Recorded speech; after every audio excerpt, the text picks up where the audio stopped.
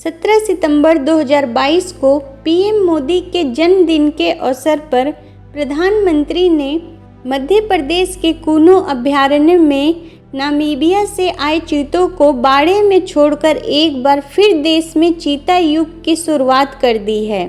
PM ने कहा, Kuno national park में छोड़े गए चीतों को देखने के लिए देशवासियों को कुछ महीने का धैर्य दिखाना होगा, इंतजार करना होगा। आज ये चीते मेहमान बनकर आए हैं और इस क्षेत्र से अनजान हैं। जी हाँ, हम कह सकते हैं कि पहले की अपेक्षा चीतों और बाघों की संख्या कम हो रही है, क्योंकि लोग अपने हित के लिए और चीतों और बाघों का मतलब विनाश करते जा रहे हैं। और ये बहुत गलत भी है चीतों के लिए, क्योंकि हर एक इंसान को जीने का हक होता है। तो इंसान अपने हक के लिए और अपने स्वभाव के लिए कुछ भी कर सकता है और करता भी है। ऐसा नहीं है। अगर पिछले कुछ वर्षों की बात की जाए तो चीते तो खैर यहाँ पे हैं ही नहीं, देश में थे ही नहीं। 1947 के बाद पूरे देश में चीते नहीं बचे थे, जो 1952 में भारत देश को चीतों का विलुप्त देश मान लिया गया था।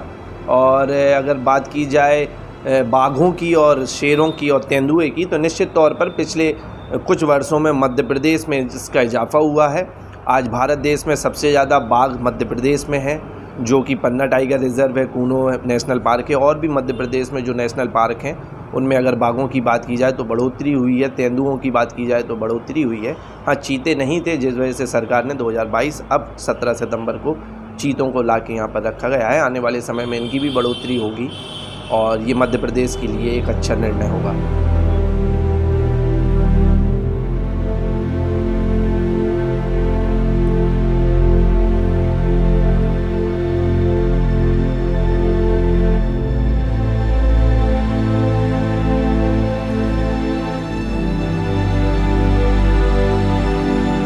देखिए, चीते छोड़े जाने का उद्देश्य यही है कि जिस तरीके से जंगलों से जो जानवर हैं वो विलुप्त होते जा रहे हैं, और ये जो प्रजाति है ये बड़ी महत्वपूर्ण होती है। जब अपने जंगल होते हैं और अगर उसमें जानवर नहीं होंगे, शेर नहीं होंगे, चीते नहीं होंगे, तो उस फिर जंगल का कोई महत्व नहीं होता है। एक्चुअल में जो जंगल हैं वो उन्हीं के लिए होते हैं, और उससे अपने जो मध्य प्रदेश की सुंदरता है वो आती है। लोग पर्यटक बढ़ते हैं, लोग देखने के लिए आते हैं, घूमने के लिए आते हैं, तो तमाम चीज़ें होती हैं। इसलिए प्रधानमंत्री नरेंद्र मोदी ने इसको देखा है कि यहाँ पे पर्यटकों की संख्या बढ़े। श्योपुर में जो इस तरीके से चीते छोड़े गए हैं, तो कहीं ना कहीं टूरिज़्म को बढ़ावा देने के लिए ये प्रयास किया गया है। इसमें सहमत है, बेचारे चीतों को आज़ाद किया, इस बात से सहमत है। वो पन्ना जंगल में जो बाघ हैं उनको सुरक्षित रखा जाए, उनको देखरेख की जाए उनकी, इससे सहमत है हम लोग। इसके बारे में आप क्या कहना चाहेंगे? ये तो सही बात है। सौभाग्य है हम लोगों का, एमपी मध्य प्रदेश का, कि जो जंगलों भी सुरक्षित रहेंगी, इसलिए कोई लकड़ी वगैरह पेड़ पौधों भी पैदावार बढ़ेगी उसकी ज़्यादा। जो अभियान पेड़ पौधों का चल रहा है वो भी उससे उत्पन्न होंगे, पेड़ पौधे वो बड़े होंगे, इससे कोई दिक्कत नहीं है हम लोगों को। जलवायु भी आएगी इस पेड़ पौधों से, बहुत कुछ होगा। ठीक है, अपने यहाँ विलुप्त हो गए थे चीते, छोड़े गए, बढ़िया चीज़ है, अच्छी चीज़ है। उन्होंने अपने जन्मदिन के अवसर पर एक नया पैगाम गिफ्ट दिया है, अच्छी चीज़ है। ये तो बढ़िया है, पानी की सुविधाएं भी होंगी, जंगलों में भी पानी आएगा, जो जानवर प्यासे थे वो भी, उनको भी पानी आनी मिलेगा।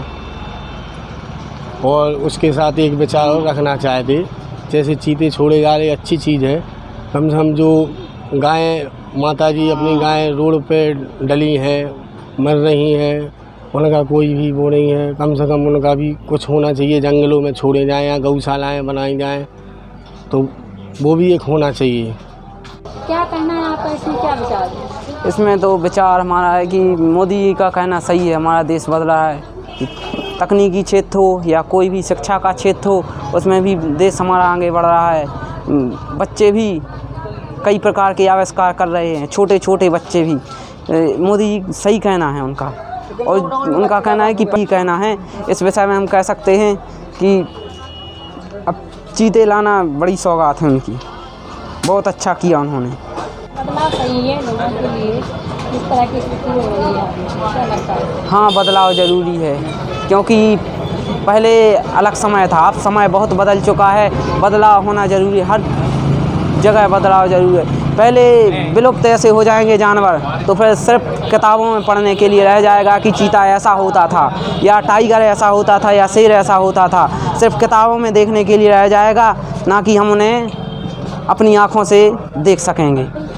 ये सिर्फ सपना रह जाएगा यदि हमने समय के हिसाब से नहीं बदले तो। अब इसको अगर प्रथम दृष्टया देखें तो सराहनीय पहल है, लेकिन ये पहल कितना सक्सेस होगा इसको लेकर के तमाम तरह के सवाल हैं जी।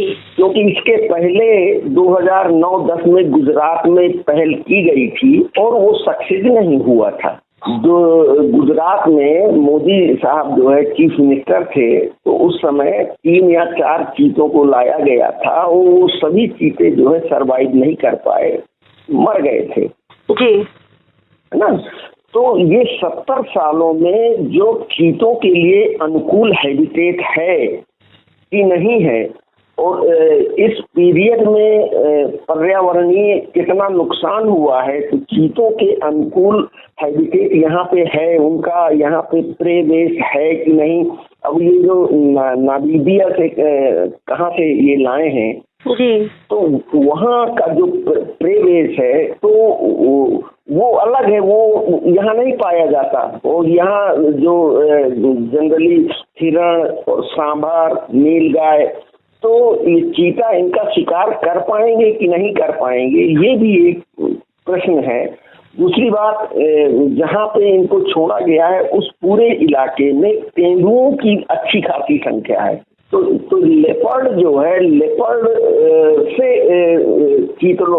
चीतों को बहुत बड़ा खतरा हो सकता है। तो ये तो बड़ा दुर्भाग्यपूर्ण है। और ये मोदी साहब की सोच कि हम पर्यावरण और वन्य जीवों के संरक्षण के लिए, तो ये केंद्र बेतुआ तो किसी भी दृष्टि से, और पन्ना की दृष्टि पॉइंट ऑफ व्यू से तो ये बिल्कुल ही घातक है और ये आत्मघाती कदम है। मध्य प्रदेश के लिए सौभाग्य तो है ही। देखिए, हम सभी का जिम्मेदारी है, चाहे वो मध्य प्रदेश की सरकार हो, चाहे केंद्र की सरकार हो, चाहे ग्राम पंचायत हो, चाहे मैं एक सामाजिक कार्यकर्ता के नाते और आप एक पत्रकार के नाते हो। जी जी, प्रकृति के संतुलन में सहयोग करना हम सबकी जिम्मेदारी है जी, और प्रत्येक जीव को समान रूप से जीवन जीने का अवसर मिले, ये भी हमारी जिम्मेदारी है। बिल्कुल। मेरा सुझाव कहें या मेरा विचार ऐसा है कि जो विलुप्त हो गए उनके लिए जो दोषी रहे हों वो ठीक है, जो आज हमारे पास है उनका भी संरक्षण होना चाहिए।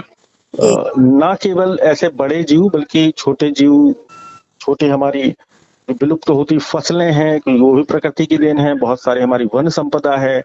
आपने शायद सुना होगा कि बुंदेलखंड के बक्सवाहा क्षेत्र में माइनिंग का एक बड़ा कार्यक्रम चला, जो बाद में पब्लिक के विरोध के कारण बंद हुआ। जी जी, कुछ बड़ी परियोजनाएं और बुंदेलखंड क्षेत्र में हैं जो ऑलरेडी जो बसे बसाए क्षेत्र हैं, चाहे वो टाइगर्स के लिए हों, चाहे वो लेपर्ड्स के लिए हों या अन्य जीव जंतुओं के लिए हों, उनके लिए नुकसानदेह हो सकते हैं। कुछ पर्यावरणविदों का ऐसा मानना है कि वो उस प्राकृतिक संरचना के लिए या उस प्राकृतिक चक्र के लिए नुकसानदेह हो सकते हैं, तो उन पर भी सरकार को विचार करना चाहिए। खबर लहरिया, आपकी खबर आपकी भाषा।